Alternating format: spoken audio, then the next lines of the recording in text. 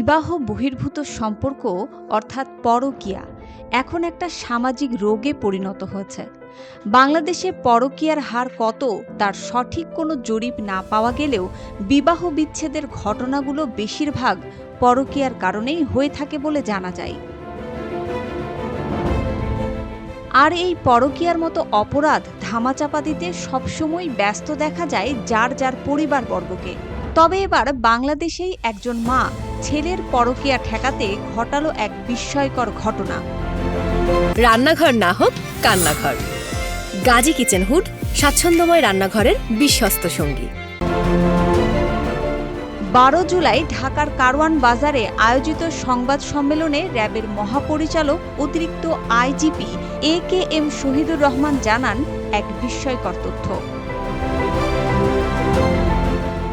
IGP AKM Shahidur Rahman জানান, ছেলের পরকীয়া ঠেকাতে এক নারী অচেনা নাম্বার থেকে ফোন করে বিমান বাংলাদেশ এয়ারলাইন্স ঢাকা কাঠমান্ডু ফ্লাইটে বোমা রয়েছে বলে ভুয়া তথ্য দিয়েছিল। এই ঘটনার রিপোর্ট লেখা পর্যন্ত 3 জনকে গ্রেফতারও করেছে র্যাব। ব্রিফিংয়ে র্যাব জানায়, ছেলে যেন পরকীয়া প্রেমিকাকে নিয়ে কাঠমান্ডুতে যেতে না পারে এই জন্যই একজন মা ফোন দিয়ে জানান বিমানে বোমা আছে।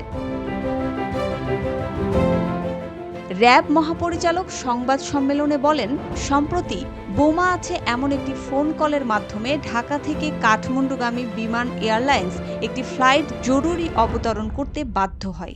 পরে বিমানটি তল্লাশি করে বোমা পাওয়া যায়নি। র্যাব ডিজি এও জানান, প্রাথমিকভাবে জানা যায় ইমন নামে এক ব্যক্তি তার পরকীয়া প্রেমিকাকে নিয়ে বিমান বাংলাদেশের ওই ফ্লাইটে করে কাঠমান্ডু যাচ্ছিলেন। বিষয়টি তার স্ত্রী ও মা জানতে পারেন। পরে ছেলের এক বন্ধুর থেকে তথ্য নিয়ে ইমনের মা এয়ার ট্রাফিক কন্ট্রোলে ফোন করে বিমানে বোমা আছে এমন একটি ভুয়া সংবাদ দেন, যাতে করে ছেলে তার পরকীয়া প্রেমিকাকে নিয়ে কাঠমান্ডু যেতে না পারে। 11 জুলাই বিকেলে BG373 ফ্লাইটটি ঢাকা থেকে কাঠমান্ডুর উদ্দেশ্যে ছেড়ে যাওয়ার কথা ছিল। উড়োজাহাজটি তখন 142 জন যাত্রী ও 7 জন ক্রু নিয়ে ট্যাক্সি করছিল। ডিজি AKM শহীদুর রহমান এই বিষয়কে একটি গর্হিত কাজ বলে উল্লেখ করেছেন এবং বলেছেন, এসব কাজে দেশের ভাবমূর্তি ক্ষুণ্ণ হয়, বাংলাদেশের জাতীয় এয়ারলাইন্সের ভাবমূর্তি ক্ষুণ্ণ হয়।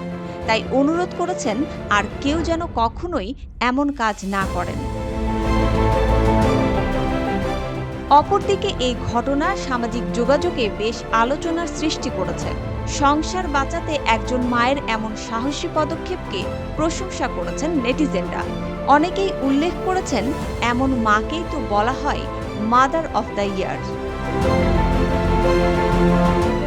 মুসবা আলিম তিন্নি, GTV নিউজ।